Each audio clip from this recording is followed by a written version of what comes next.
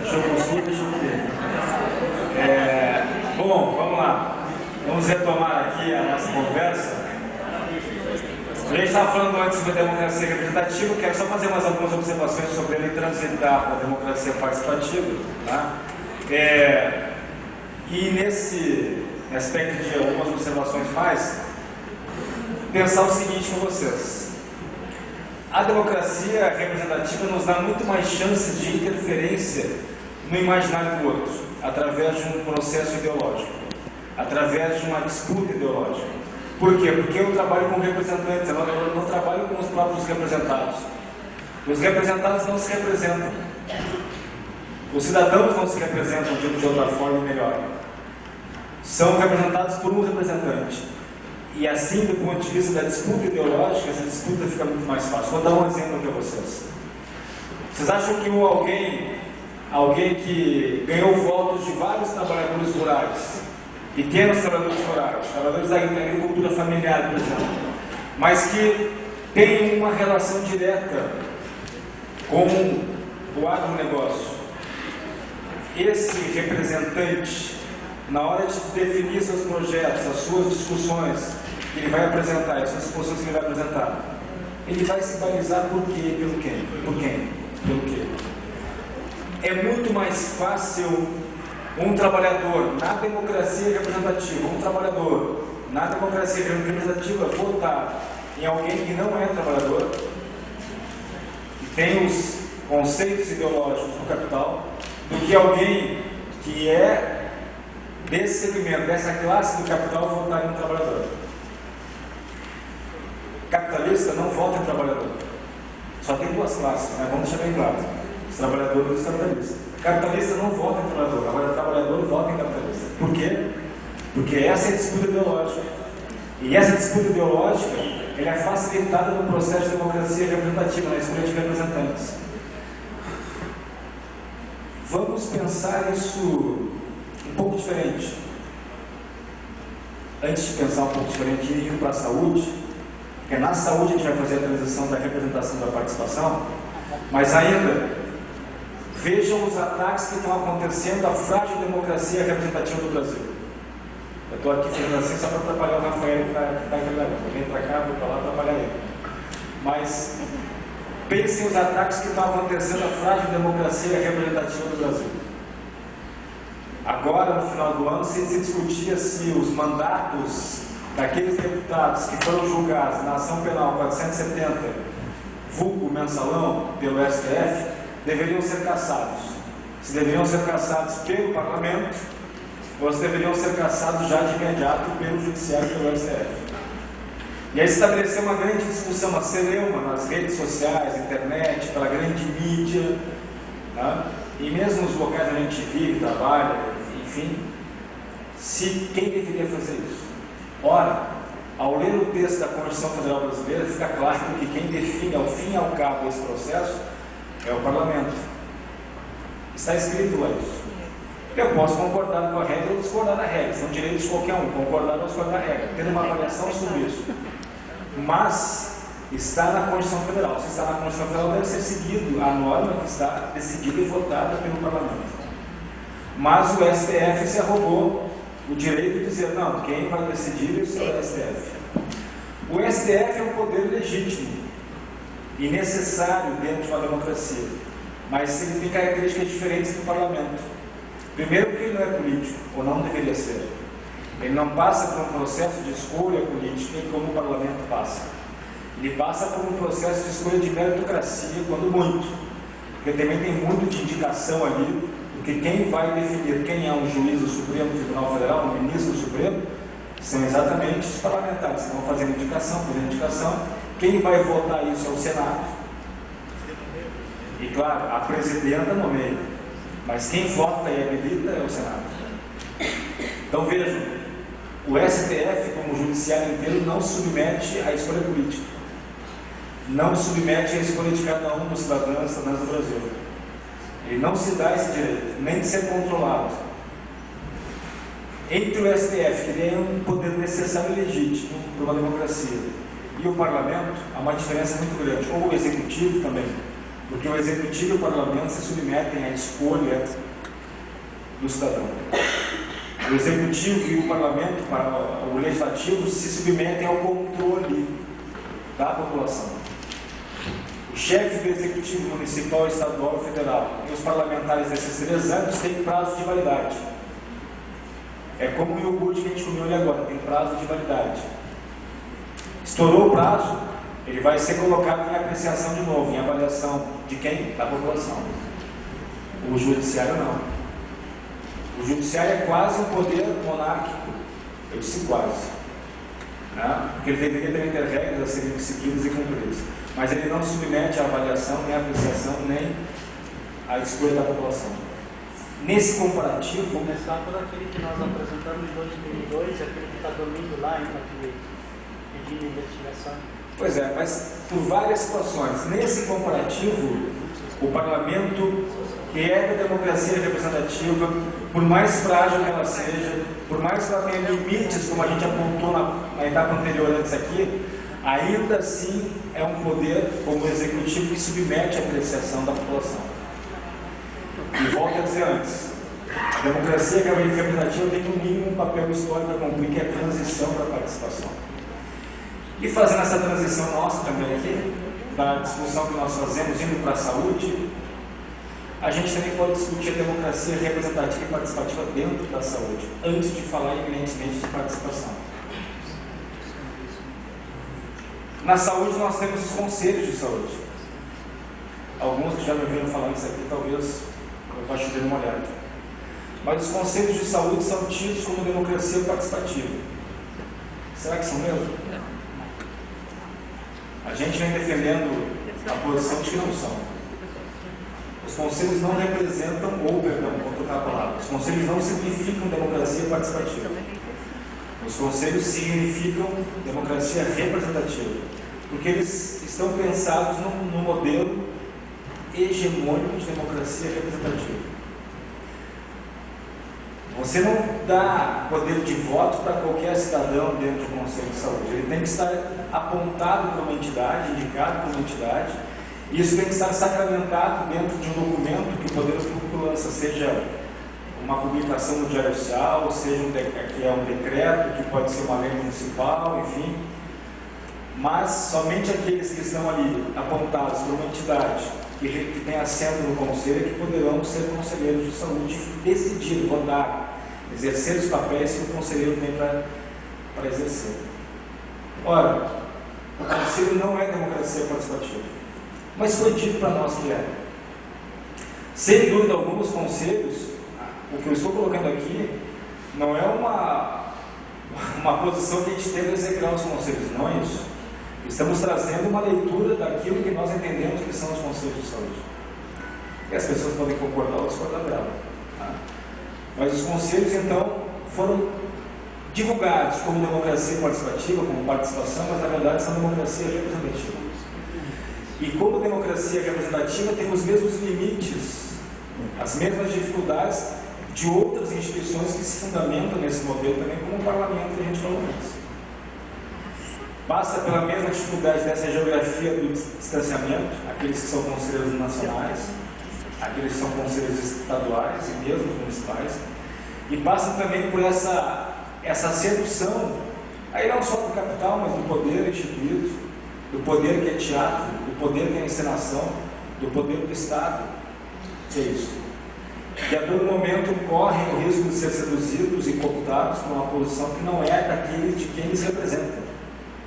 Do seu sindicato, da sua associação de bairro, da sua pastoral, da sua igreja, da sua federação, do seu grupo de mães, enfim, qualquer entidade que representa, da sua ONG. Tá? E aí tem uma armadilha da representação. Se a democracia representativa já é frágil em si, como a gente discutiu antes, ela fica mais frágil ainda quando a gente acaba incorrendo na autorrepresentação. Quando eu acredito que eu não fazendo a discussão com a minha entidade, não levando a pauta, não preparando estratégia, não levando a discussão para a próxima plenária, eu estou preparado para fazer a discussão por mim mesmo, não estou. É a mesma armadilha da autorrepresentação que os deputados acabam caindo, que os vereadores também acabam caindo. Entendendo? Já tive o voto, agora eu decido que é o meu mandato. Não, você é um representante. E ao ser um representante, a conta para você pagar vai vir logo à frente quando o teu prazo de validade expirar. As pessoas vão avaliar se você vai ter renovação do prazo ou não. Especificamente nos conselhos, nem é tanta questão da conta para ver se você vai ser mantido ou não no conselho pela sua entidade, mas sim se você está representando com fidelidade o anseio, o desejo, a demanda do teu segmento que você representa. E essa é uma armadilha muito grande, muito forte. É uma arapuca desse tamanho que o pardalzinho vai ali, entra e puf, ele é apanhado. É apanhado e jogado na deslegitimidade. E, portanto, vai se esvaziando do seu poder de representação. Nós temos que ter essa discussão sobre os conselhos de saúde para a gente desmontar e desmistificar, demolir também esse mito. Entendendo a fragilidade do local dos conselhos exatamente para aquilo que eles são, representação e não participação. E os conselhos só podem se fortalecer se transitarem pelo processo de participação. Se eles não precisam deixar de existir, antes pelo contrário. Talvez não precise nem reformatar a sua lógica, desde que cada representante não se signifique, não se baste em si, mas que faça do seu espaço, da sua cadeira que está colocado ali, um espaço de participação daqueles que ele representa. Que faça uma permanente discussão com os seus representados. E que não represente a si, não represente as suas ideias, não represente apenas os seus interesses, mas represente o interesse de uma coletividade. Isso desmonta a arapuca da representação. Bem, dizendo isso, a gente pode passar então a querer discutir participação. Se democracia representativa no âmbito político, como no cenário do parlamento é isso, nos conselhos, o que existe de diferente para a gente? Que opções nós temos? Que alternativas a esse modelo a gente tem? A gente pode discutir pelo menos aqui a alternativa da democracia participativa, da participação. E a participação para além de conselhos de políticas públicas, para além de conselhos de políticas públicas, porque como vimos agora, isso não é democracia participativa. Você está pensando no modelo, na estrutura e no funcionamento da democracia representativa, na ideologia. Quando eu falo em estrutura e funcionamento, vamos pensar aí na ideologia da democracia representativa. E como que pode ser exercida e pensada e exercida a democracia participativa? Em que espaços temos isso? Nas conferências. Aqui foi citado para mim agora as conferências. As conferências representam ou significam melhor o que para nós? Elas significam muito mais do que está colocado na norma, na lei. O que está colocado na lei é uma estrutura que nos garante que elas existem.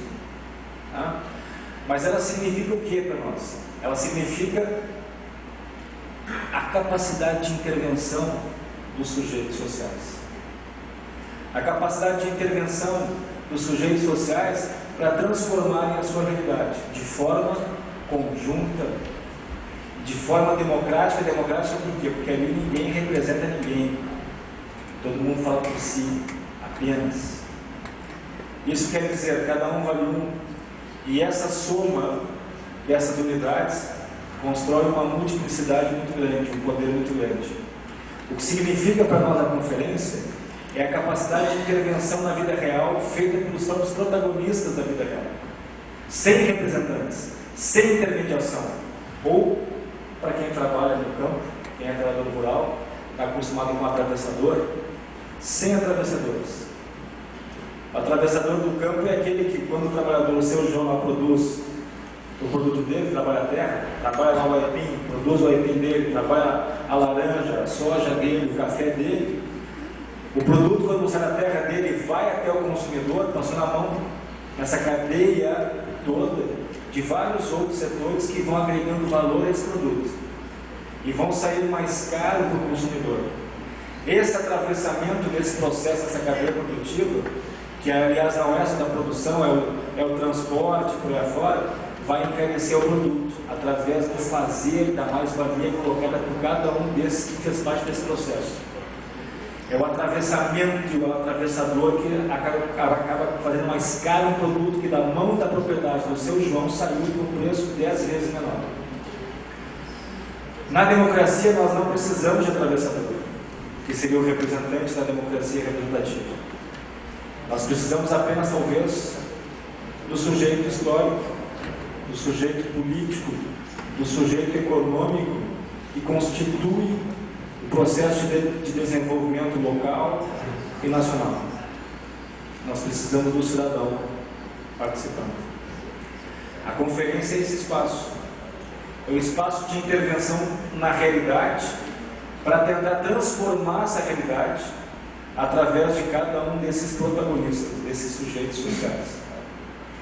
Isso é diferente, completamente diferente. E é isso que é chamado de ditadura. Vamos lá? Vamos provocar um pouco? Temos duas pessoas ou duas correntes que chamam isso de ditadura, a participação. Primeira corrente marxista, que chama isso de ditadura do proletariado. E temos a corrente da grande mídia, do capital, que também chama isso de ditadura, também significando ditadura do proletariado. Só que quando Marx escreve isso, ele escreve no outro sentido. Ele diz lá o seguinte: é a ditadura sim no combate ideológico, no combate das ideias, onde essa classe trabalhadora vai fazer a sua revolução e vai se apropriar do poder. O poder que hoje não é dela. E vai ter a capacidade de transformar essa realidade nesse processo de decisão de intervenção que cada um pode ter. Ele chamou isso de ditadura para que a gente pudesse entender, numa fraseologia dele, na comparação com a ditadura do capital sobre nós, que é essa que se exercia no tempo dele, antes dele e continua agora. Mas não que ele quisesse dizer ou significar isso que o grande capital e a grande mídia tentam significar por essa ditadura do proletariado, que é aquela que diz o quê? Que a maioria vai decidir. Que ruim, né? A maioria vai decidir. Que péssimo isso. Porque quando esse grupo significa isso aqui por ditadura, é isso que ele quer dizer. A maioria vai tomar decisão que é absurdo, só porque essa maioria vão decidir. Porque a história, a constituição histórica a qual esse grupo está acostumado a exercer o seu poder é de que uma minoria decide. É de que uma minoria exerce o poder e decide. Uma minoria de gabinete falseada, travestida de democracia representativa, decide, interfere e mantém o poder. É isso que eles chamam de democracia, e quando vem a participação maciça que ameaça essa forma de democracia defendida por eles chamam isso de ditadura, como se fosse algo ruim. Quando as pessoas se apropriam da sua história e decidem por elas mesmas como elas querem transformar a sua realidade. Vocês já viram isso, escrito em algum jornal, talvez, e não se lembrem. Aqui no governo do Rio Grande do Sul, de 99 a 2003, nós tivemos essa possibilidade.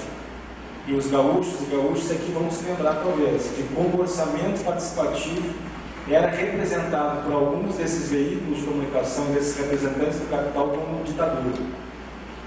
Porque isso era a possibilidade de que as pessoas pudessem decidir a realidade delas. As conferências são esse espaço, então, de participação, ampliação, de protagonismo da cidadania e de apropriação daquilo que é a sua história econômica, a sua história política.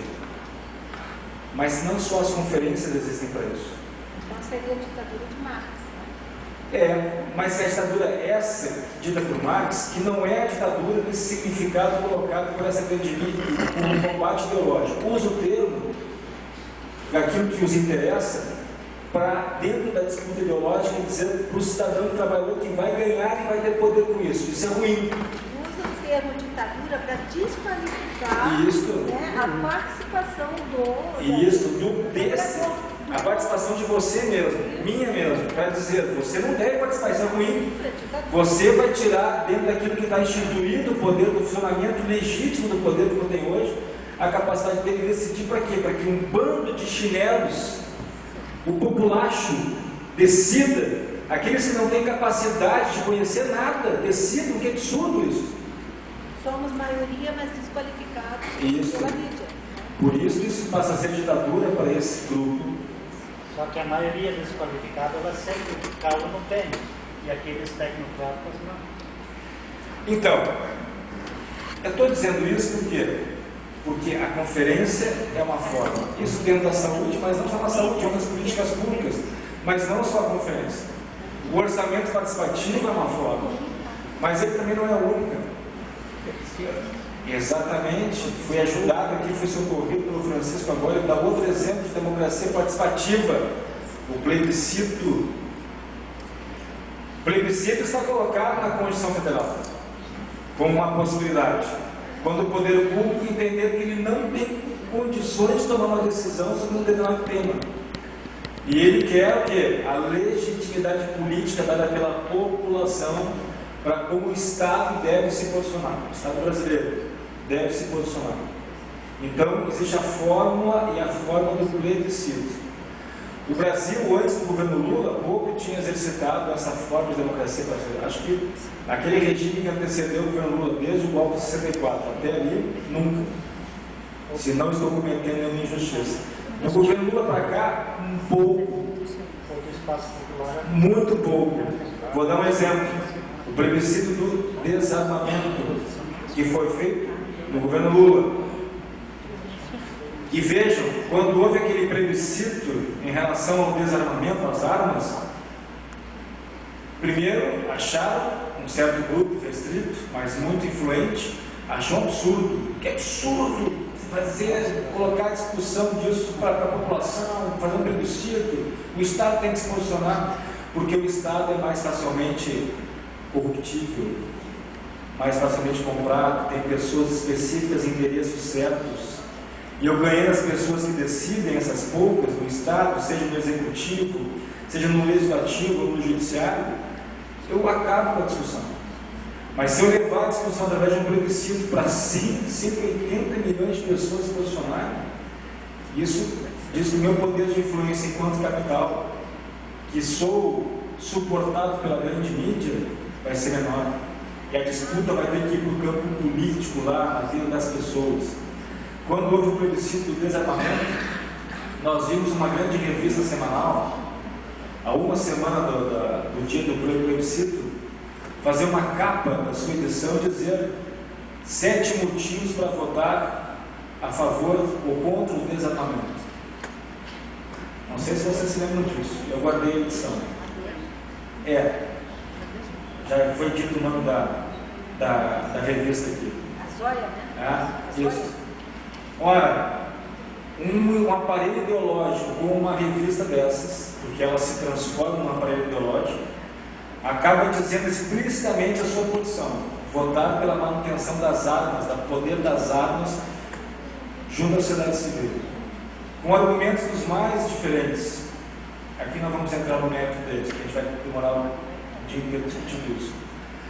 Mas ali eles tiveram que sair da toca, eles tiveram que mostrar o seu rosto e a sua cara e dizer: nós pensamos isso e queremos isso. E ganharam a disputa. Ganharam o plebiscito, mantendo a possibilidade de que as armas continuassem circulando como circulam no tempo do Brasil, incutindo medo nas pessoas. E mais do que isso, e essa é a disputa ideológica, né? Chamando as falas alguns símbolos, como um deles a liberdade. De que você restringir o direito às armas, você restringe o direito à liberdade das pessoas se defenderem.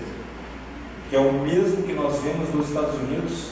O Estado já ocorre matanças de pessoas a toda semana, todo mês, e ninguém tem coragem de botar um fim nisso, nessa barbaridade, para restringir o acesso às armas e às munições. Mas se evocou o quê? A liberdade. A liberdade de ter armas, a liberdade de se defender, quando na verdade é a liberdade econômica de vender qualquer lixo para a sociedade civil. A liberdade econômica de explorar o poder de consumo e de compra e o poder ideológico sobre o trabalhador e sobre o cidadão. E que ele se mate. Quem vai morrer naquelas chacinas nas escolas norte-americanas são os filhos de trabalhadores. que se matem, desde que consumam armas automáticas poderosas que disparam centenas de tiros por minuto. Mas o plebiscito é esse instrumento também lembrado pelo Francisco de democracia participativa. Nós teríamos outras audiências públicas. Ontem eu ouvi aqui mesmo, numa TV local, estava no hotel, cheguei tarde no hotel, liguei a TV, mais para pegar no sono que para assistir mesmo. E tem alguns programas que tu deixa ligado, o cara tem uma oratória tão boa, e vai mantendo aquele tom que vai pegando no sono. Mas aí estava passando num canal, e esse era um programa que a gente passou no local, não lembro o ano, e o cara defendendo contra a audiência pública, dizendo que a audiência pública é uma barbaridade, que toda audiência pública tem aquele grupo que vai lá, aquela facção, e os outros tem aquela facção que vai participar da audiência pública para defender o seu interesse. Eu ouvindo aquilo em pleno século XXI, 2013, o sujeito teve coragem de defender contra a audiência pública, que não resolve nada. O argumento dele: olha, eu vi centenas de audiência pública, talvez tenha 2 ou 3 que resultam em alguma coisa prática. O resultado da audiência pública não é a norma que se vota depois aqui no parlamento. O resultado principal da audiência pública é o processo de cidadania, de participação, de envolvimento, de apropriação do cidadão daquilo que está sendo discutido. A capacidade de intervenção pública e coletiva de um grupo sobre aquilo que até então é propriedade privada de um grupo muito específico e restrito. Esse é o resultado prático de uma audiência pública, esse é o resultado prático de uma democracia participativa. Diga, Luiz. Você falou em audiência pública, e a gente sempre passa as audiências públicas, mas as audiências públicas, geralmente, algumas nossas, né? Lá, é feito todo um trabalho de divulgação, mas geralmente chega o dia da audiência, é os mesmos conselheiros e a população não vai pensando em respeito disso. Olha, tem algumas possibilidades aí. Primeiro, ela não foi tão sedutora assim a audiência pública e o seu chamariz para ganhar as pessoas e virem a ela. E nós temos que ter a clareza de que mesmo não basta abrir o espaço. A disputa é para ganhar as pessoas, chamar elas, porque abrir espaço é insuficiente, porque outras propostas estão concomitantemente e permanentemente seduzindo as pessoas. Algumas pessoas talvez não vão para uma audiência pública porque tem compromissos inadiáveis, pessoais. Tem que visitar um parente que está doente, que está no médico, só ir para o da sua mãe que está acamada. Enfim, tem que ter um bebê, tem que cuidar dele, que não dá para sair. Situações que cada um sabe que são talvez irremediáveis mesmo naquele momento. Tem um prazo final para entregar uma documentação e tem que ser naquele momento, tem que buscar tudo aquilo. Se não fizer isso, por si ninguém vai fazer e por aí fora. Agora, além disso, tem outras situações que concorrem com o interesse de uma audiência pública, de um plebiscito por aí fora. Eu tenho novela. Eu gosto muito assim da novela. Eu tenho o conforto da minha casa. Eu tenho futebol. Mas que raios, o meu time vai jogar justamente hoje. E aí eu não vou na audiência pública, porque é um jogo importantíssimo de uma fase que não vale nada, num campeonato que não vale nada, mas eu tenho que ficar em casa para assistir aquela porcaria daquele jogo. Então eu tenho uma série de outras situações que são apresentadas para mim e que me seduzem a não sair de casa por uma coisa árida, que me parece estéril, que me parece pouco atraente, tem pouca carne. A gente gosta de comer aquele pedaço de carne que tem mais volume, né? A gente olha para o peito do frango, olha para a coxa do frango. Pouca gente olha para a asa do frango e para o pescoço. A disputa ideológica se parece um pouco com isso. Eu apresento alternativas que tenham mais carne, mais forma para mim do que participar de uma audiência pública estéril, vazia, com um monte de gente desocupada e, entre aspas, mal amada, que está falando de todo mundo, de todos e contra tudo e contra todos. Estou fazendo uma figura de linguagem aqui, forçando, só para a gente poder entender um pouco com o que concorre uma audiência pública. E aí o nosso poder de sedução, de convencimento mais do que sedução, de quem está propondo esses espaços tem que ser muito grande. E o nosso comprometimento em ir convencer as pessoas que elas devem participar, em fazer corpo a corpo, passar nas casas, nos sindicatos, nos locais de trabalho, nas escolas, nas universidades, tem que ser muito forte esse comprometimento, para ainda assim a gente conseguir botar 80 ou 100 pessoas dentro de uma sala. Por que, Luiz Antônio? Luiz Antônio, né? De Júlio de Caxias. Por que, Luiz Antônio? Porque a democracia é um exercício. E se não for feito esse exercício, como um músculo, ele atrofia. Ele perde massa, ele perde forma, ele perde estrutura e, portanto, ele funciona pior. E a democracia, tanto na representativa já é um exercício, na participativa é um exercício ainda mais forte, ainda mais exigente, que exige da gente permanentemente prática dessa democracia participativa. E se é um exercício, ela atrofia. Atrofiar aqui, diferente da fisioterapia ou da medicina, quer dizer, eu vou ficando com menos desejo de participar de um processo de discussão política e vou me afeiçoando mais daquilo que se apresenta para mim dentro de outros locais mais confortáveis, onde já estou mais adaptado. Não foi nada. Onde eu já estou mais adaptado. Tá? Então, eu acho que talvez, Luiz, uma das dificuldades seja essa. É a prática rotineira desse exercício de participar. Oi? Eu não, só um pouquinho. Eu não te ouvi. Sabe de promessa? Ah, sim.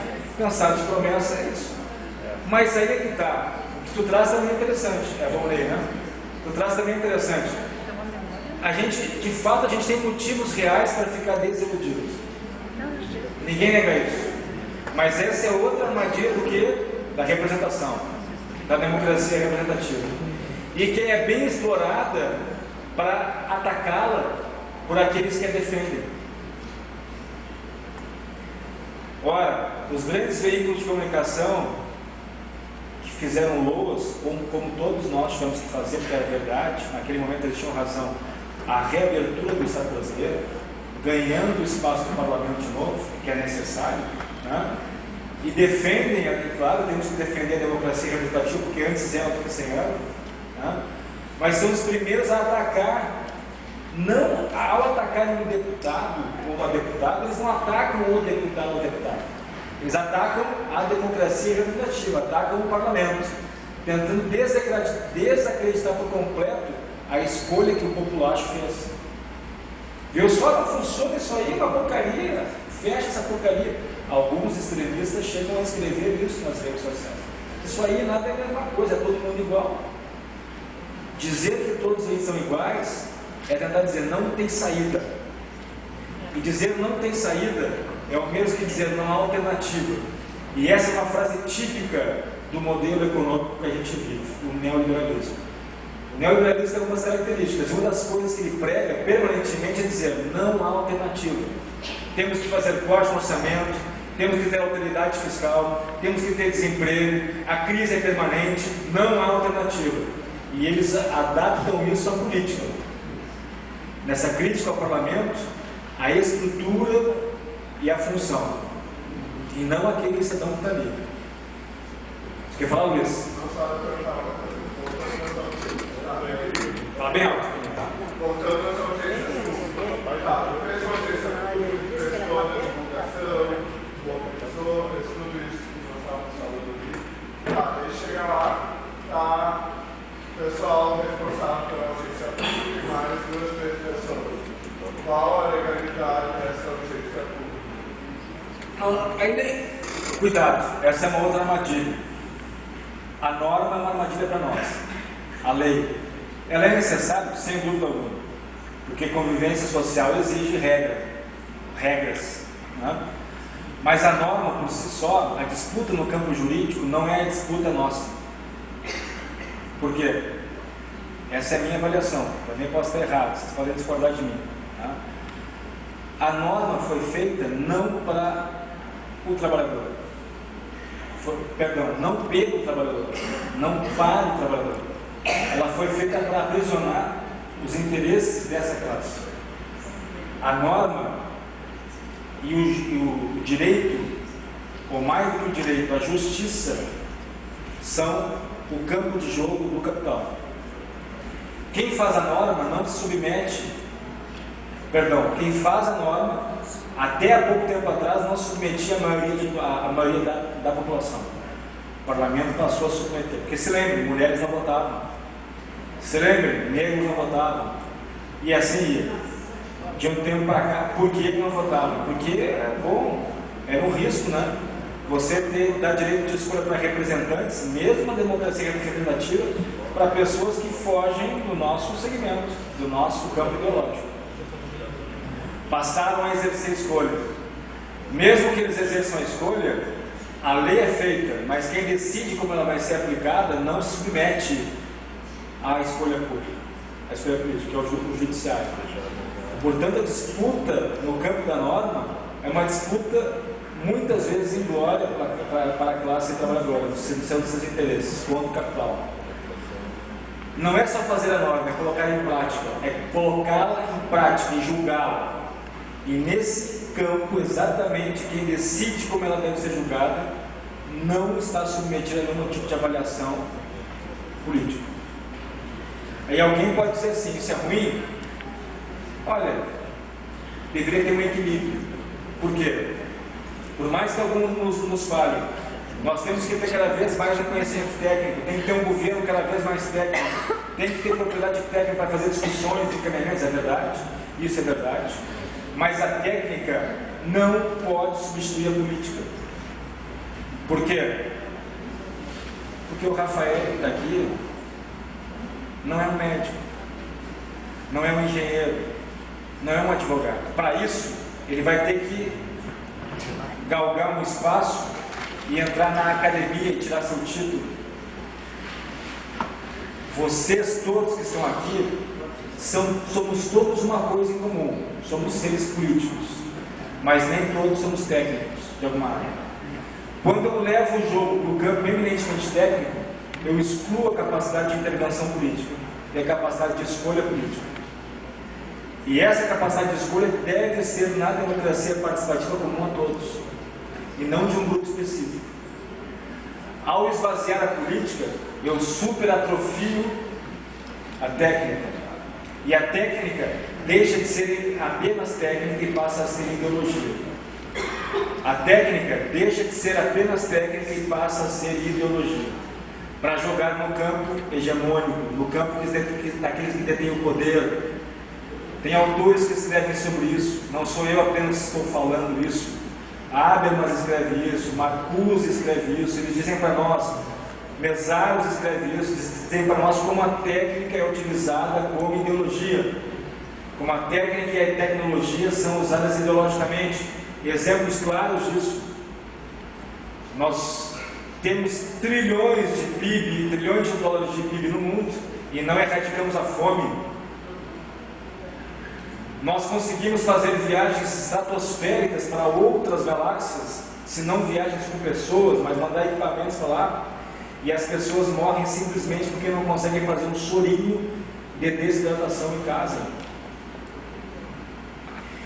Isso não consegue ser superado, esse obstáculo, porque a técnica e a tecnologia são usadas ideologicamente para garantir direitos a um grupo específico muito restrito e excluir a grande massa trabalhadora, a grande massa da população do acesso à técnica e à tecnologia. E aí volto a dizer, por isso a norma e por isso o judiciário não é necessariamente a saída. A discussão da legalidade ou não é necessariamente a saída. Ela é importante para a gente, mas não é necessariamente a saída. A saída está no campo político.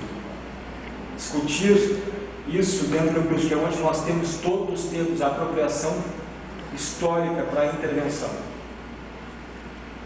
E aí te respondo, Luiz Antônio, então, se eu fiz um preâmbulo tão grande, desculpa, né? Mas te respondo, talvez importe menos se ela é legal, talvez importe mais ela ser legítima, e aí não é a mesma coisa. Ser legal quer dizer estar no campo da lei, da norma, da validade normativa. Ser legítima quer dizer estar no campo político, ter legitimidade política da discussão que foi feita ali, da apropriação que foi feita entre as pessoas. E aí, para isso é claro, não importa só o número, mas quanto mais pessoas tiverem e quanto mais se apropriarem, mais legitimidade vai ser dada. Você quer falar? É a questão da qualidade. A quantidade às vezes não é muita, mas a qualidade das pessoas que vão lá e o poder de força que eles têm, né? Por exemplo, a audiência pública em Carazinho, a partir do dia 6 de março nós vamos levantar as cancelas do pedágio. A audiência pública começou lá em Carazinho. Não muitas pessoas, mas nós estávamos presentes. Tá? E daí depois apareceu uma abaixo-assinado, com 11 mil pessoas assinando, acabando com o pedágio no Rio Grande do Sul. Tá? Começou em Carazinho esse movimento. Então, dia 6 de março, adeus pedágio. Nós pagamos aí, cada um, ida e volta, R$14, né? Adeus pedágio, Carazinho. E a partir de junho, o resto dos pedágios vão levantar as cancelas no Rio Grande do Sul. Então, a audiência pública é uma das ferramentas válidas De participação. Exatamente. É isso. Bom, diga, Rosa. Quando você coloca que o neoliberalismo indica, né, que não há alternativa, ele se coloca como sendo a alternativa. A única viável. A única viável, né? E assim, ó, na questão participativa dos conselhos, eu, por exemplo, me sinto tranquila, porque uma das minhas falas dentro do conselho é que quando nós estamos no conselho, nós não representamos mais as nossas entidades. Nós representamos o nosso segmento, porque o segmento significa o coletivo. Então, mas é uma fala que eu faço sempre, né? Mas é uma briga que eu compro justamente com o lado dos gestores, com o lado dos prestadores de serviço, porque eles acham que estão lá, né, representando as suas entidades. Então, essa questão aí é bem clara para mim, né? Eu me lembro que o nome é verdadeiro, é de verdade, mas eu não lembro qual é o teu nome. Salve, na próxima não vou esquecer, Salve. Não, esse não dá para esquecer. Ó, sobre audiências públicas, eu, por exemplo, dentro delas, eu estou sempre participando, sempre. Aí o que acontece lá em Curitiba, e ontem foi uma delas, que isso aí, não sei como vai dar, sobre o passe político, passe escolar, passe livre, não, transporte coletivo. Só que o que foi apresentado? Já está a planilha. Gasta X nesse, X nesse, X nesse. Tá. Então, aí, eles gastam tanto, por que eu não vou pagar? Eu já fico ali, né? Não vou questionar, porque a planilha já veio prontinha. Só que amanhã, ou segunda-feira, vai ter a greve dos motoristas, que é patronal, não dos motoristas. Isso já está na planilha prontinha. Aí quem vai sofrer?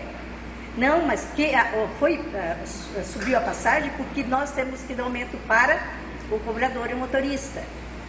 Em março, que já vai vindo, que lá nós temos o micro-ônibus que o motorista cobra e não tem cobrador. Então, essa linha vai sair, porque não foi já votado em leis, tudo que vai sair, porque isso aí deu muita doença, que você cobrar e dirigir. Então, causou mesmo casual mesmo de doenças. Então, vai terminar. Como é que eu vou questionar esta planilha? Vou lá, eu, você e todo mundo. Eles mostraram a planilha bonitinha, com todos os gastos, e lá dentro, todas elas, cheias de criança. 3, 4 ônibus de criança. Eu estou escutando alguma coisa? Então, lá nós temos esse dentro da nossa capital. Não sei se todas elas aqui vão nas audiências, mas eu sou campeã de audiências públicas para ver como funciona. Uma porque eu milito na política mesmo, já sei 3 vezes candidata, e daí me perguntam, você é maluca? Sou. Porque do lado de